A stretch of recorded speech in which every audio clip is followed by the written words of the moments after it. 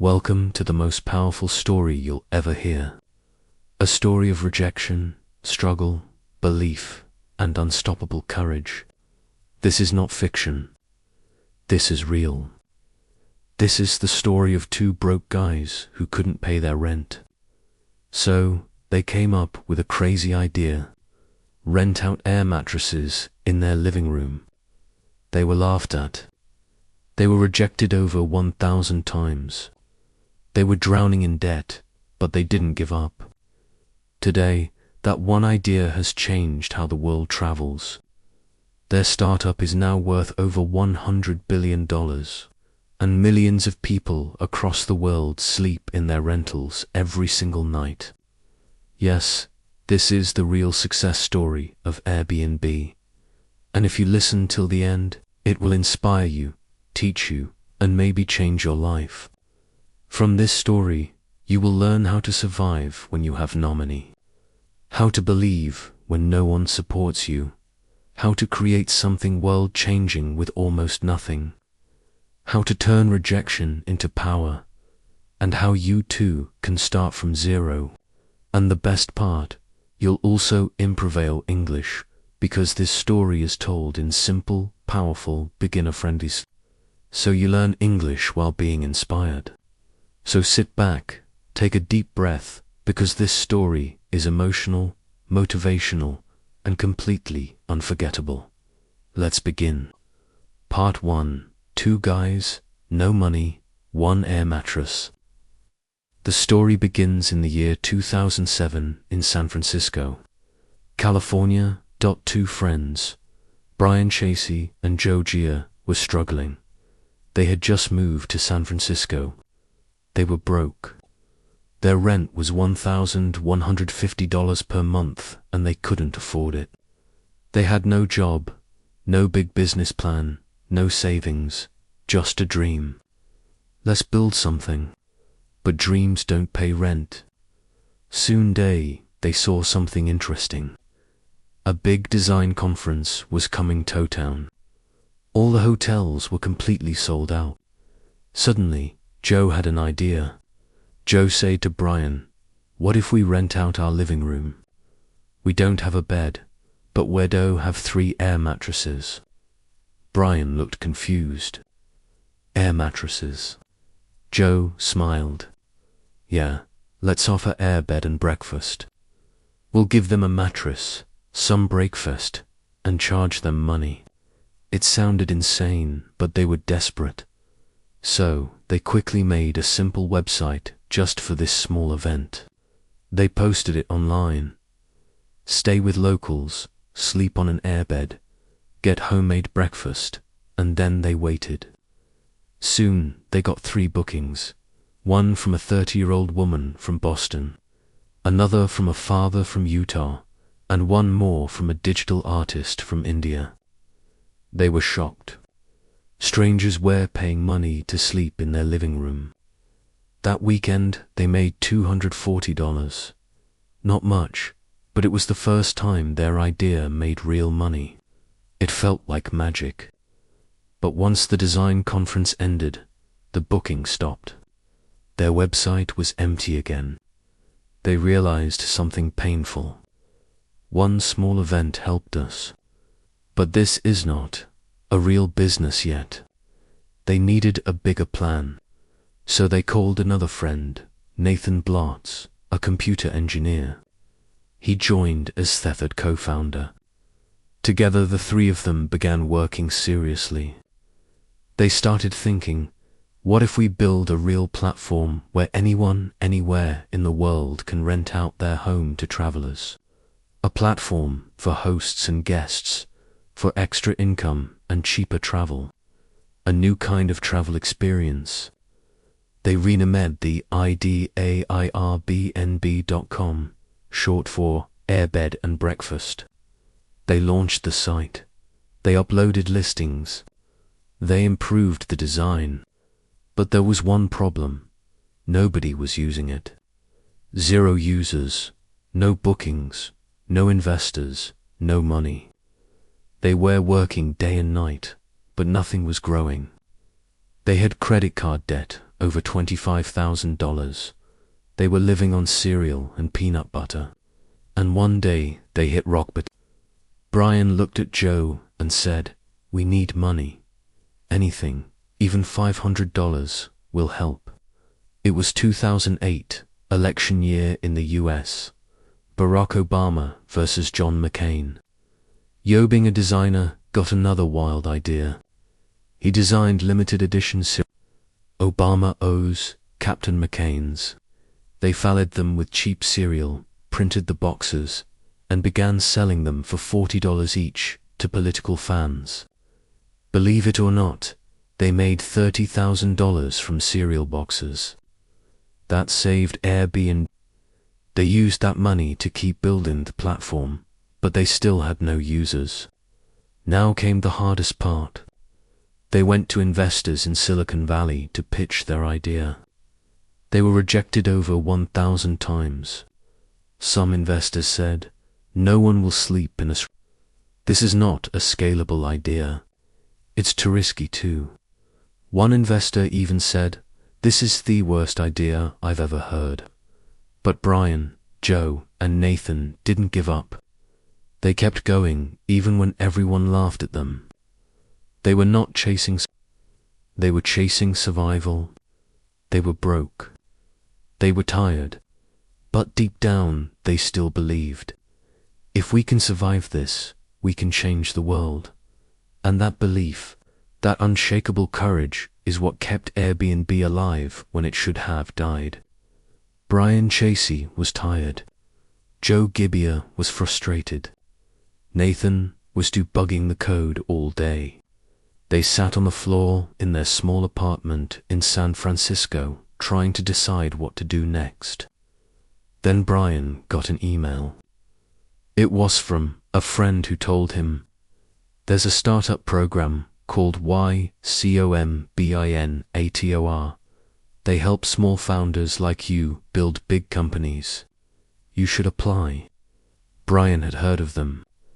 Y Combinator YC was famous for helping companies like Dropbox and Reddit, but YC only accepted the best. Would they accept 3 guys renting out airbeds? They didn't know, but they applied. Y Combinator led them for an interview. It was in Mountain View, California, in a small office. Paul Graham, the co-founder of YC, listened to their pitch. Brian was nervous. Joe was sweating. Nathan wasket. They explained how strangers could sleep in each other's homes. They explained how they rented air, beds, and made cereal boxes. At first, Paul looked confused.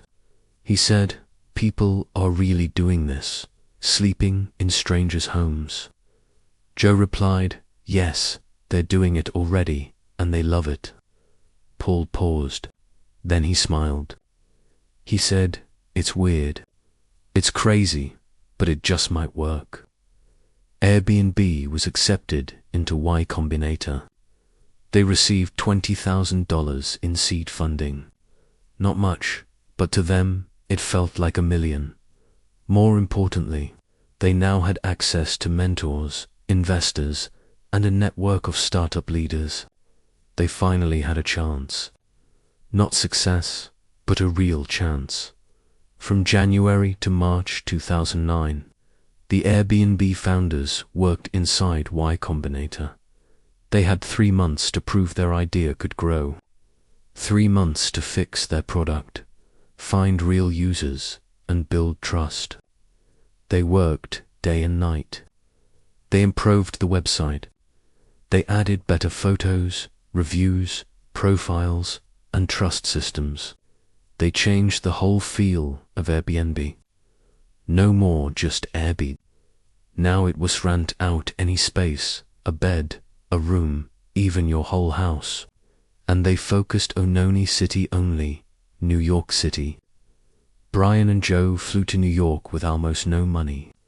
They found every Airbnb host in the city. They went door to door, meeting them in person. They took professional photos of each home. They sat down with hosts. They taught them how to write good descriptions.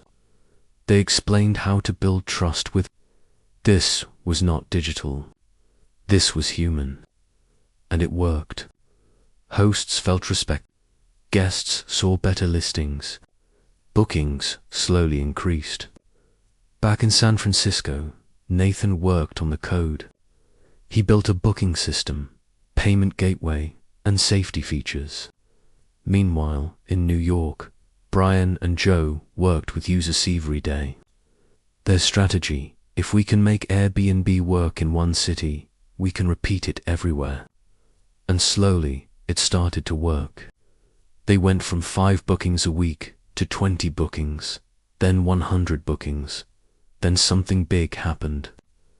In March 2009, during Y Combinator's final presentation day, known as Demo Day, Airbnb pitched their idea to investors.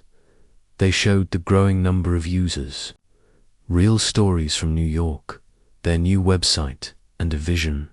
One day, people will travel the world, not through hotels, but by staying with locals. Some investors were still unsure, but a few believed. They raised $600,000 in seed funding. Then, a journalist from TechCrunch wrote an article, Airbnb, Rent a Couch, Meet. That article exploded. It went viral. Suddenly, everyone was talking about Airbnb. With the new money and publicity, Airbnb began expanding. First New York, then Los Angeles, then Chicago, then Paris, London, Berlin. People in different countries began listing their homes. Travelers found cheaper, more unique places to stay. It was no longer just about saving money. It was about experience, about meeting locals, feeling at home in a foreign land. The community began to grow. Not just a product, but a movement. Airbnb took a small commission from each booking, around 10% to 15%. As bookings grew, revenue exploded. They hired new people. They built customer service teams, safety protocols, and review systems. Still, they faced a big: can we make people trust strangers? So, they created verified IDs, host-guest, messaging, ratings and reviews, secure payment system, 247 customer. Trust became their brand. And with every booking, trust grew stronger. Not everything was perfect. In 2011, a host in San Francisco said her apartment was damaged badly by a guest. It was all over the news. People began asking, is Airbnb safe? The company acted fast. They apologized. They introduced $1 million host guarantee insurance. They showed the world that they cared. Thatman could have killed Airbnb, but instead, it made them stronger. Airbnb started with an air mattress, then a design event, then cereal boxes, then 1,000 rejections, then a chance, and a breakthrough. Now they had real momentum. They were growing. People were joining, and the world was listening. But real test was still ahead. Global expansion, regulations, big cities trying to ban them, hotels declaring war. Part 2. The battle to build a global brand. Airbnb was growing fast. Their platform was working. People were using it in cities all over the world. Hosts were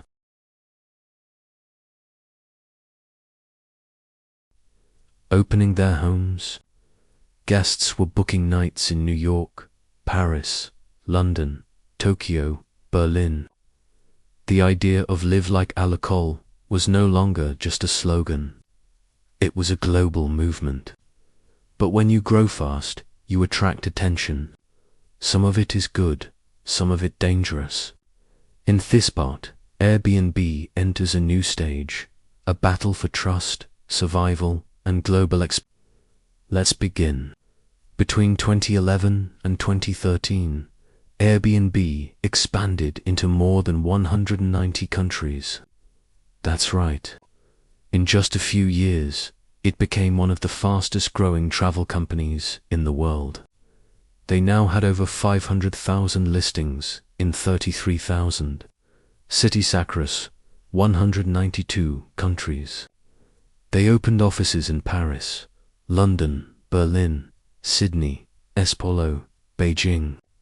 They hired teams who understood local cultures, laws, and languages. This was no longer three guys in an apartment.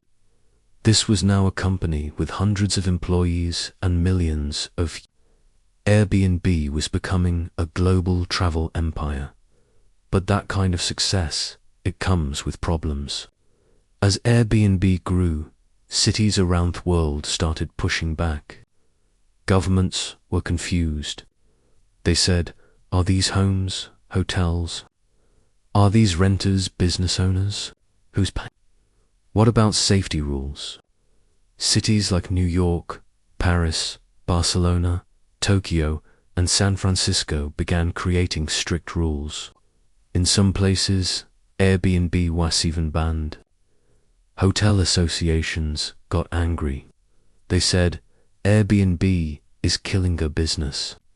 They are stealing our guests. They began campaigning against Airbnb, spending millions to influence local laws. Some cities passed new hosts had to register. Rentals were limited to certain days. High taxes were added. Suddenly, Airbnb was not just a tech company. It had become a political company.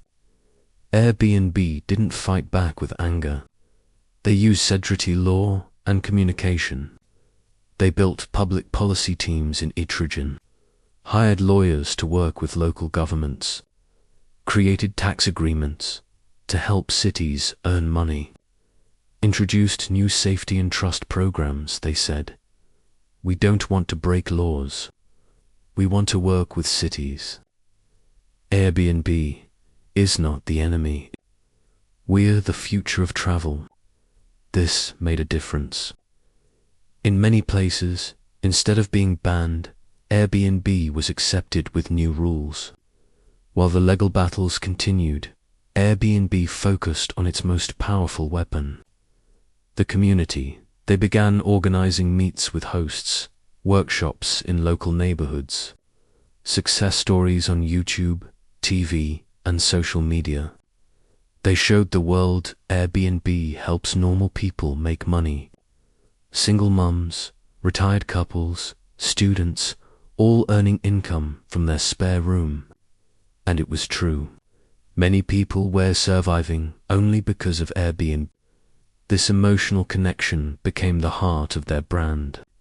Airbnb was no longer just about beds. It was about belonging.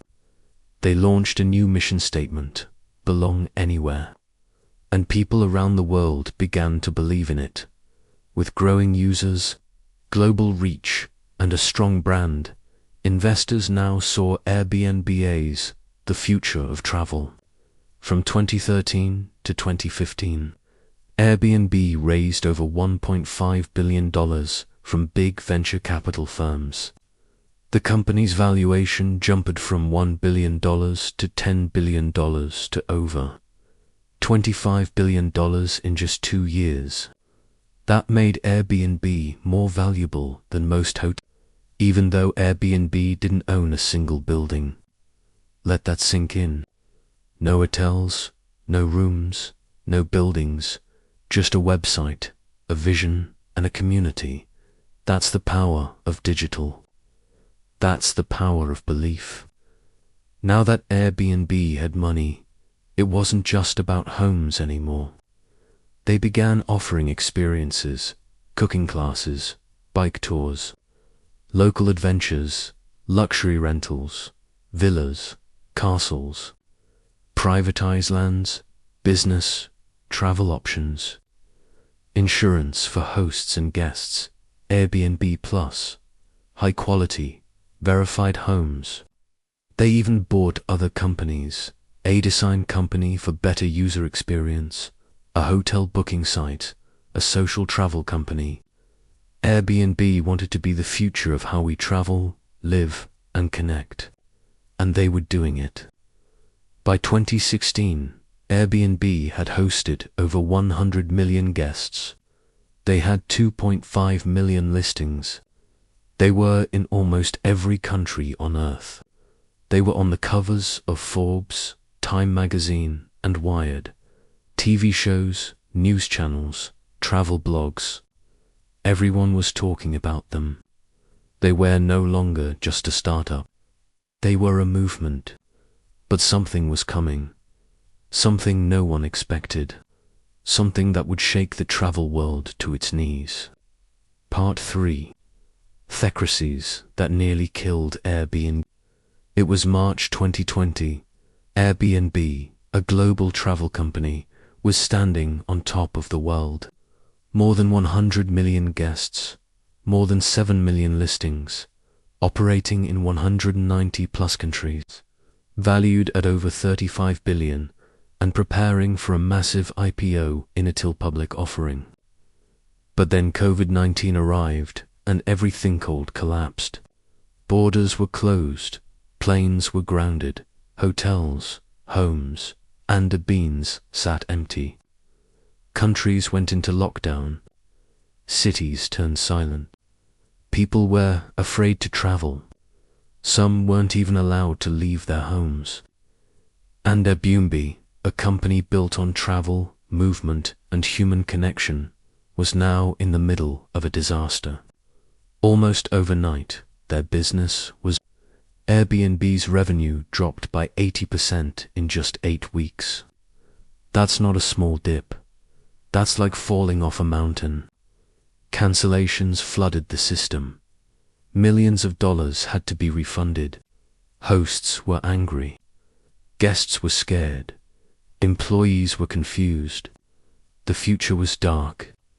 Brian Chasey, the CEO, later said, "It felt like I was watching a car crash in slow motion, and I was the owner driving." This was no longer about growing the company. It was about saving it. By May 2020, Airbnb was burning money fast. The company was losing hundreds of millions of dollars every month. They had to make a decision or the company would die. Brian Chasey and the leadership team did something heartbreaking. They decided to lay off 25% of the entire company. That was 1,900 employees. People who had worked there for years. People who loved Airbnb. People who believed in the mission. It was the hardest moment in Airbnb's history, but the way they handled it was different. Most companies fire people and walk away, but Airbnb did it with humanity, honesty, and love. Here's what they did. Each laid off, employee rest, a minimum of 14 weeks' pay. Airbnb kept their laptops so they could job hunt remotely. They built a special talent directory to help other companies share them. The CEO personally wrote a public letter explaining everything with full transparency. They gave extra equity to employees so they could still benefit from Airbnb's future. And at the end of the letter, Brian Chasey wrote, "This is not just a company, it's a mission. And it's filled with people who made it magical." Even in pain, Airbnb chose love. Now that travel was frozen, Airbnb had to rethink everything. They started asking, what do people need right now? What can Airbnb offer if the world is... And they listened. People were tired of being stuck at home. They were looking for safe, local getaways, homes with long-term stays, private, clean, remote places to work or isolate, small cabins, countryside cottages, and peaceful hideaways. Airbnb made a massive shift. They added new categories, monthly stays, work from anywhere homes, enhanced cleaning listings, flexible cancellation options, near me search features. They also launched Airbnb online experiences where people could join virtual cooking classes, music lessons, meditation sessions, and more from home. Suddenly, Airbnb became more than travel. It became about connection, learning, and this pivot worked. Slowly bookings started returning not for international travel, but for domestic getaways. People in the US, Europe, and Australia began booking local trips within driving distance. Instead of hotels, they chased private homes, cleaner, safer, and more personal. By late 2020, Airbnb was starting to breathe again. And then something even bigger happened. In early 2020, Airbnb had cancelled its plan to go public. But now, after surviving the storm, they reopened that plan. In December 2020, Airbnb went public on the Nasdaq stock exchange. On the day of the IPO, Airbnb's shares were priced at $1.68 per share. But the stock opened at $146 per share. The company was instantly worth over $100 billion. That made it the biggest IPO of the year-end, one of the biggest in tech history. People couldn't believe it. Just 8 months earlier, Airbnb was collapsing. Now, it had become a $100+ billion comeback story. After the IPO, Airbnb didn't lose its. They doubled down on their mission to help anyone feel like they belong anywhere in the world. They began investing in hosts with better support, tools, and training. Safety with 24/7 support, identity checks, and community standards. Sustainability, encouraging green living and eco-friendly travel. Accessibility, making travel possible for all abilities and ages. They also created a host endowment fund to give money back to the host community over time. Airbnb was no longer just about, it was about hope. By 2022 and 2023, Airbnb had hosted over 1.4 billion guests, grown to over 150 million users, offered 6 million plus active listings, maintained a market value between 70 to 100 billion. They were no longer just surviving. They were leading, and they continued to evolve with new innovations like Airbnb categories, treehouses, tiny homes, castles. Airbnb rooms for solo travelers, guest favorites, filter. 8 tools for better hosting and planning. They even introduced airbnb.org, or a non-profit program to house refugees, emergency workers, people displaced by war or disaster. Today, Airbnb is more than a travel company.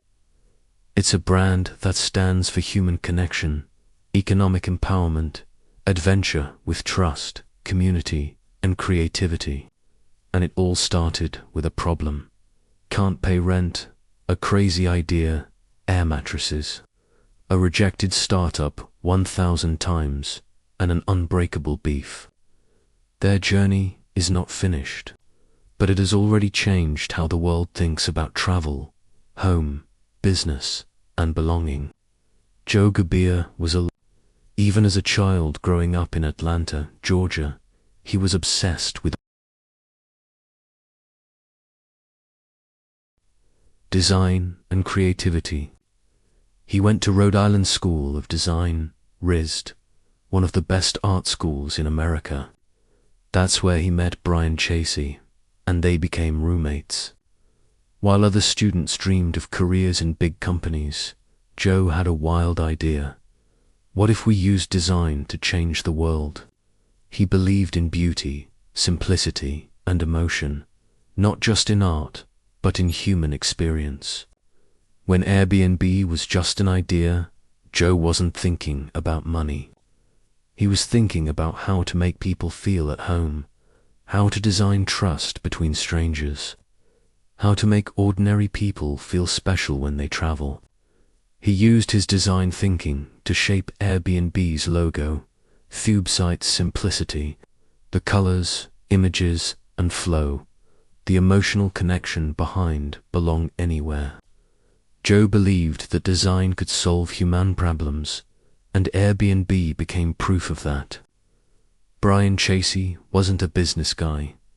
He was a bodybuilder in college and also a designer. He had no MBA, no tech background, no CEO experience. But when Airbnb began to grow, he had to become a leader fast. And leadership wasn't easy. Brian had to fire people heckled about, sit in investor meetings where they laughed at him, make decisions that affected millions of lives, stand in front of cameras and explain troubles during global crisis. At one point, when the company was drowning in debt, Brian wrote in his journal, "I feel like I'm swimming in the middle of the ocean with no land in sight and I'm getting tired." But he didn't stop. Instead, he asked himself, "What do I believe in?" And the answer was simple. I believe people are good. I believe travel is magic. I believe the world becomes better when strangers meet and share. That belief made him the kind of leader money can't buy. Today, Brian is still the CEO, and he still signs every letter to the Airbnb community with the same 2 words, with love.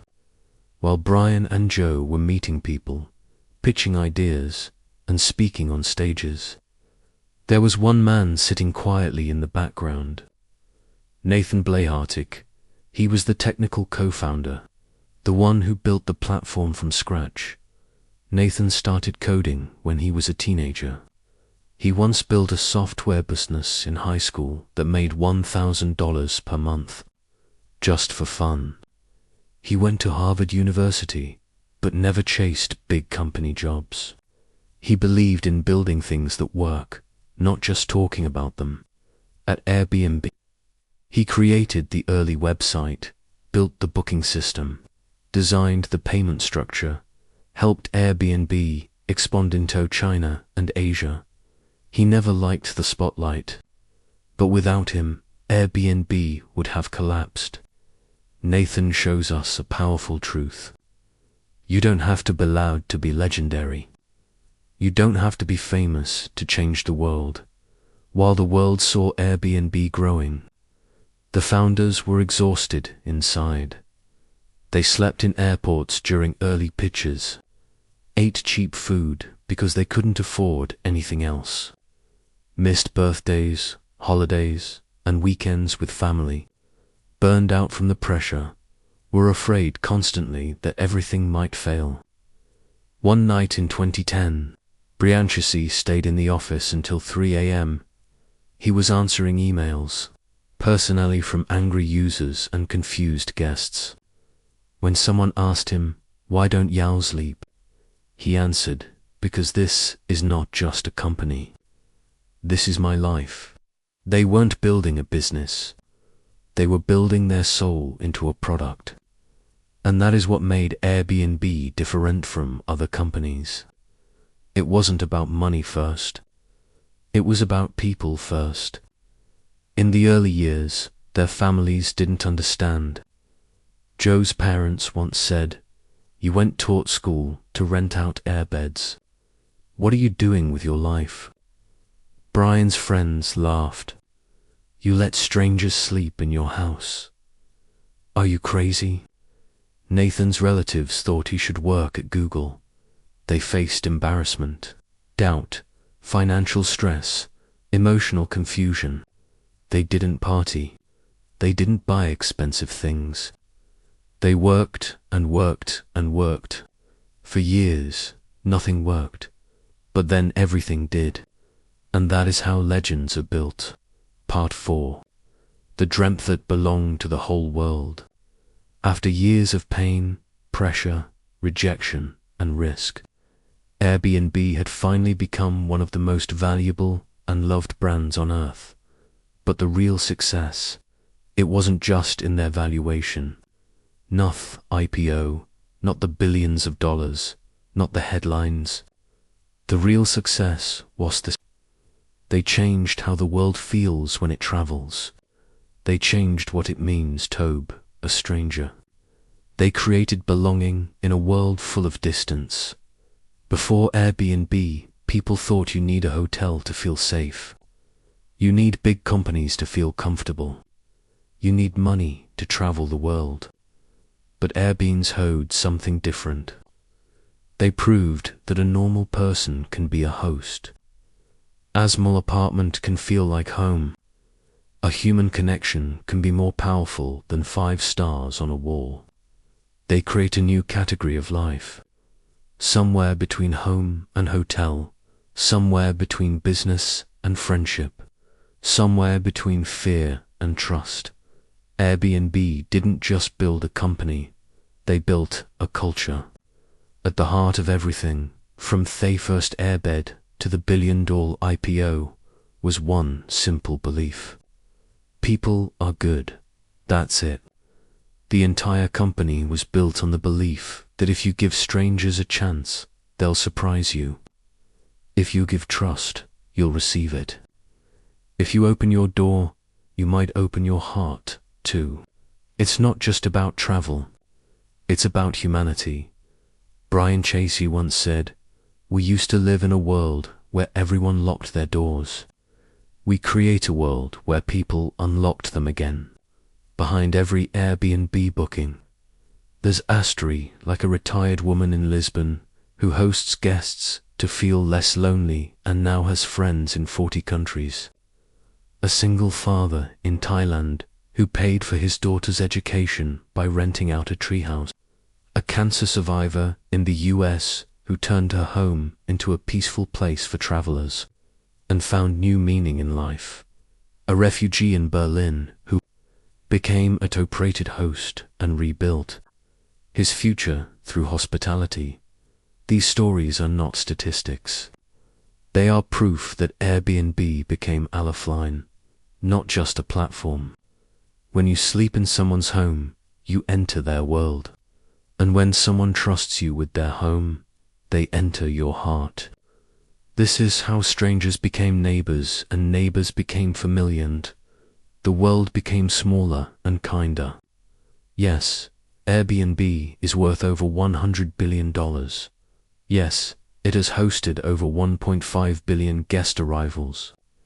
Yes, it operates in more than 220 countries and regions. But that's not what makes it valuable.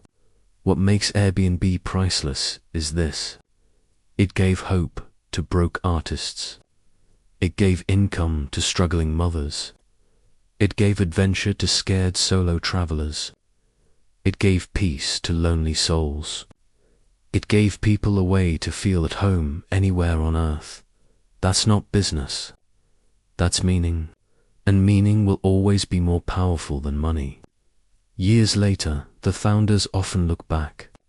Brian Tracy once said in an interview, "If Airbnb failed, I think the world would have been okay, but I wouldn't have, because Airbnb is not just something I built. It's something that built me." Jojo reflected, "Design taught me about beauty, but Airbnb taught me about people." And Nathan, the quiet one, said, "You can write perfect code. Butin, the end, it's the people who matter." And I'm glad I helped them connect. They all could have taken easier jobs. They all could have quit during the cereal box phase or after 1,000 rejections during the pandemic. But they didn't, because the real product wasn't rooms, it was resilience. This is where the story becomes yours. Because this isn't just about 3 guys who built a startup. This is about you. Yes, you reading this right now. You who has an idea. You who wants to start something. You who's been rejected. You who's broke, tired, doubting, scared. You who thinks maybe you're not enough. Airbnb proves you are. You don't need perfect skills. You don't need big money. You don't need to wait for the right time. You just need an idea, a heart, a reason to begin, and the courage to keep going even when no one believes. That's it. If you have that, you can build anything. You can change everything. You can take your version of an air mattress and turn it into something that touches the world. What made Airbnb go viral wasn't just their idea. It was their love. Love for people. Love for design. Love for problem solving. Love for travel. Love for storytelling. Love for every small host and curious guest. They cared. And thought caring, that emotional fire burned through rejection, poverty, failure, crisis, and chaos until it became light for millions. That's what made them unstoppable. And if you carry that same love, if you put heart into your dream, no force in the world can stop you either, from a simple airbed to a $100 billion empire. This is not just a business story. It's a story about struggle, purpose, trust, and building a world where you don't have to be rich to feel at home. Now, it belongs to you. This story is not just about business. It's not just about travel. And it's not just about three guys with a crazy idea. This is a story about you. Because Airbnb shows you something powerful. You can start with nothing and still change everything. You can be rejected 1,000 times and still win. You can sleep on the floor to die and still build an empire tomorrow. You don't need money. You don't need You don't need to be perfect. You only need a small idea, a big heart, and the courage to keep going. When the world says no, and when you keep going, when you believe in people, when you build with love, the world will believe in you. 7 life-changing lessons from the Airbnb story. 1. Start small, very small. Even an air mattress can change your life. 2. Believe in your idea even when no one else does. If they'll laugh, let them laugh. You build. 3. Solve a real problem. Air worked because it helped people who had no place to stay. 4. Don't give up after rejection. They were rejected over 1,000 times. You're allowed to fail. You're not allowed to quit. 5. Build trust before profit.